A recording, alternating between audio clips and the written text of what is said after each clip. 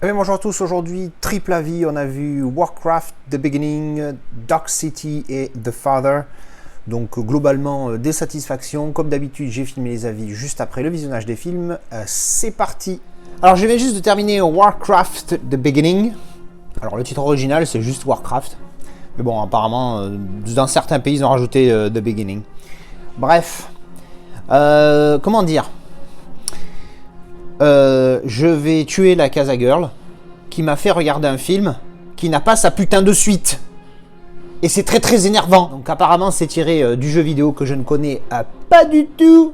Donc l'histoire m'a plu, hein, il y a pas mal d'univers différents. C'est un petit peu un mode, hein, on va dire léger, hein, pas tout à fait pareil, mais légère ressemblance avec le Seigneur des Anneaux. Je vois pas pourquoi je laisse ça ici là depuis 200 ans. Donc c'est un monde voilà, avec des orques, des humains, des races différentes, il y a du nain, il y a machin. Il y avait potentiel à faire une belle saga, j'ai vu que le film date de 2016, ils n'ont pas fait de suite. Il y aurait un projet de suite, mais bon, c'est le genre de truc que je sens qui arrivera jamais. Et c'est très con parce que c'est vraiment pas mal. Il y a potentiel à vraiment faire une belle trilogie, tu vois, mais bon.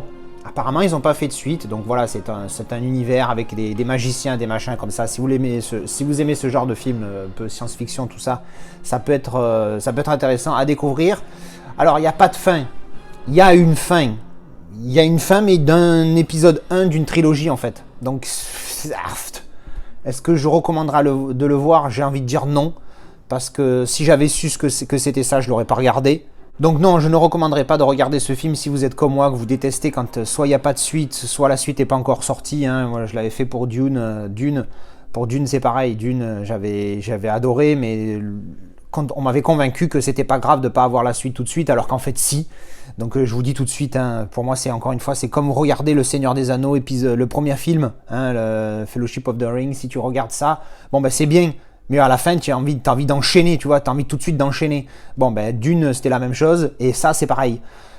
Mais très frustrant parce qu'il y avait vraiment potentiel. Enfin bref, bon, ça, c'est fait. Comme vous voyez, c'est un 4K. Donc le 4K était très bon, pas de Dolby Vision, juste du HDR. Je vais par contre comparer avec le Blu-ray parce qu'il était très bon, mais il n'était pas non plus dingos. Donc on va tout de suite faire un petit comparo pour voir ce que ça donne. Donc ben écoutez, pas de comparatif parce que je viens de voir que normalement, même si là c'est marqué Blu-ray, je l'ai acheté sur WOB, donc des fois il y a des inversions sur WOB. Ah oui, pardon, la Casa Girl l'a acheté sur WOB. Et du coup, Blu-ray 3D, pas de Blu-ray standard. Donc je ne peux faire de comparatif puisque je n'ai pas de lecteur 3D ni j'ai pas la 3D quoi. Bref. Et puis en plus, même si j'avais la 3D, je pourrais pas comparer un Blu-ray 3D avec un 4K, ça n'a pas de sens. Voilà, bon bref, du coup le 4K il était très bon, un chouïa de grain, mais vraiment c'est histoire de dire, parce que bon, il y en a quasiment pas. Hein. Bon, je vais mettre 4 sur 5 pour le 4K. Parce que ouais, bah, voilà, parce qu'il était vraiment pas mal. Voilà, bah, ça c'était mon avis pour Warcraft. Alors, on vient de terminer Dark City. Alors, on me l'avait vendu comme un chef-d'œuvre de science-fiction. Les gars, calmez-vous au niveau des termes. Chef-d'œuvre, non, pas d'accord. Par contre, bon film, hein, bon film. Moi, il m'a plu, une bonne science-fiction. Alors, c'est un petit peu mou vers le début. Mais après, ça se développe un petit peu au niveau des personnages, tout ça, et ça devient assez intéressant au niveau de l'histoire. Et sur la fin, j'étais vraiment accroché en me disant, putain, mais en fait, quel est le dénouement, quelle est l'explication de tout ce qui s'est passé? Et franchement, ça m'a beaucoup plu. En fait, c'était chaud parce que j'étais à un moment donné, j'étais à un moment critique du film où je me dis, là, c'est à partir de là que je vais voir si tout ce qui se passe avant, ça a une logique et si ça conclut bien. Parce que ça pouvait soit finir d'une manière qui fait que je trouve le film à chier partout, soit que c'était un film génial. Bon alors, c'est pas non plus la folie, je vais mettre 7 sur 10, parce que c'est un bon film, c'est une bonne science-fiction, j'aime bien la conclusion, mais après les gars, chef-d'œuvre, calmez-vous, oui, je comprends qu'il est recherché, il y a une idée, il y a quelque chose, mais de là, chef-d'œuvre, bon, voilà quoi. Bref, moi j'aime bien, grosso modo on suit, comme il s'appelle, Rufus Sewell, qui en fait a une amnésie, et il essaye de retrouver sa mémoire, et on se rend compte qu'en fait il y a des espèces d'aliens ou des êtres qui viennent d'une autre planète ou quelque chose, puisqu'ils ont des pouvoirs un petit peu bizarres, et puis ils ressemblent à des humains, sauf qu'ils ont des doigts un petit peu comme dans le sketch des Inconnus, on va tous la niquer. Voilà, pour ceux qui connaissent la référence, vous avez compris. Mais ouais, non, franchement, c'est pas mal. Le mec cherche à retrouver sa mémoire, puis il découvre en fait qu'il fait partie de quelque chose de bien plus grand, quoi. Après, j'en dis pas plus pour pas spoiler. Mais franchement, intéressant à découvrir si vous l'avez jamais vu. Moi, j'ai bien aimé, 7 sur 10. Niveau qualité, donc Blu-ray, hein, comme vous pouvez voir, je ne sais pas s'il existe un 4K pour ce film. Ça pourrait être pas mal, seulement il est extrêmement sombre, comme le titre l'indique, hein, Dark City en même temps. Ah oui, précision, j'ai vu la version Director's Cut. Au début, quand tu mets le film, il te demande si tu veux voir la version du réalisateur ou la version cinéma. J'ai mis la version Director's Cut, bien évidemment, qui dure 1h51 et 43 secondes. Je ne sais pas combien de temps dure la version cinéma.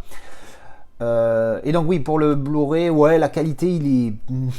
Mais il est pas top. Je vais mettre...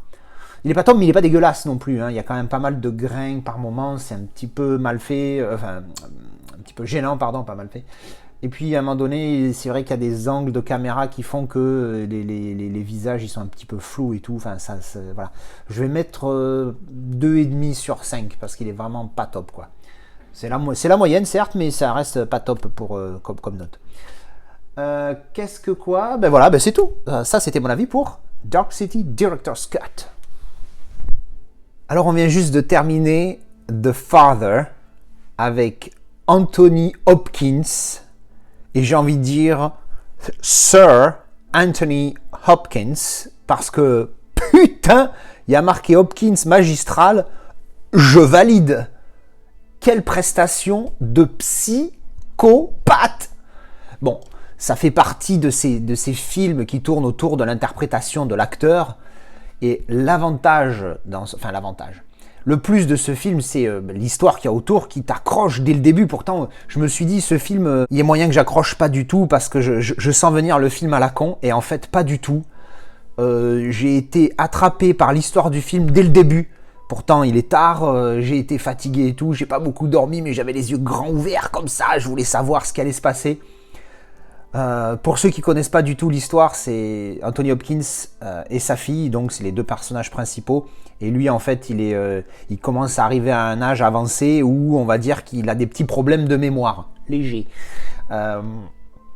Et donc sa fille qui prend soin de lui, donc Olivia Colman, qui joue le rôle de sa fille, qui joue bien aussi. Hein. Et donc on voit le développement de cet homme à cet âge-là, quand il a, c'est Alzheimer, hein, la maladie, hein, c'est quand il se rappelle plus de rien. Et au début, tu es comme un con parce que tu vois une scène, après tu revois la même scène, donc le même dialogue, les mêmes mots et tout, mais avec différents personnages, tu vois, et tu te dis « What the fuck? Qu'est-ce qui se passe? Je comprends rien !»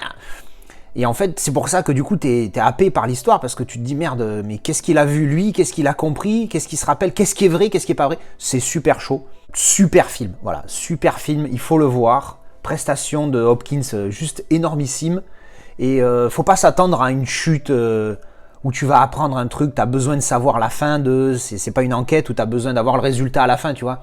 C'est vraiment le déroulement de l'histoire et la fin, elle arrive, il n'y a pas un truc, il n'y a pas le moment clé de la fin, mais ça on s'en fout parce que tu t'y attends pas au moment clé, parce que les réponses aux questions que tu te poses, tu les as durant le film.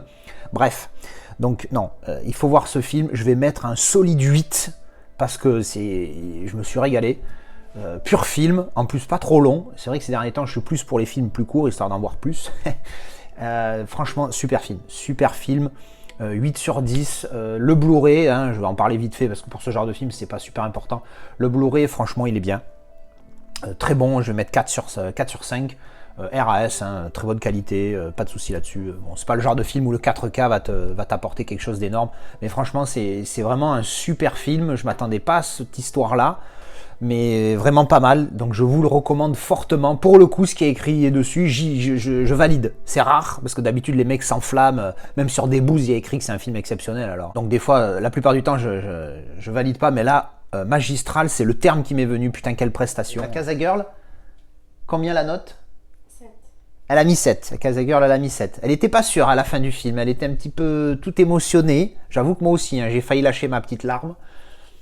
Mais bon, bref, voilà, un super film, voilà. Voyez ce film, il est juste génial. Et bien voilà, c'était mes avis sur ces 3 films, j'espère que ça vous a plu. Je vous retrouve en commentaire pour me dire ce que vous en avez pensé. Et je vous dis à la prochaine pour une vidéo avis ou déballage ou autre. Tchou tchou.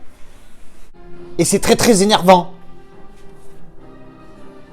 Oui, elle rigole, je l'entends rigoler. Ouais, intérieurement, je sais que tu rigoles. Bref, j'ai envie de la tuer parce qu'elle m'a pas dit. Bref. Si je t'ai dit, mais Non, non, t'as pas dit qu'il y avait une suite et qu'elle j'étais jamais si, sortie. je t'avais dit, mais il y a très longtemps, qu'à la base, il y a une suite, mais qu'elle était jamais sortie. Ouais. Avec une mémoire de poisson. Oui, t'as dit ça il y a 200 ans aussi. Oui, Voilà. mais voilà, mais je l'ai dit. Ouais, tu l'as dit. Tout de suite faire un petit comparo pour voir ce que ça donne. Oh merde. Ah, je peux comparer mon biais, c'est juste le Blu-ray 3D.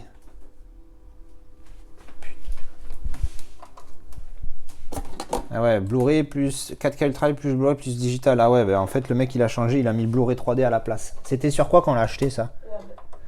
Ah. Pas fait gaffe, c'est le Blu-ray 3D qu'il y a dedans. Qu'est-ce qu'il y a le chat? Tu veux sortir un peu?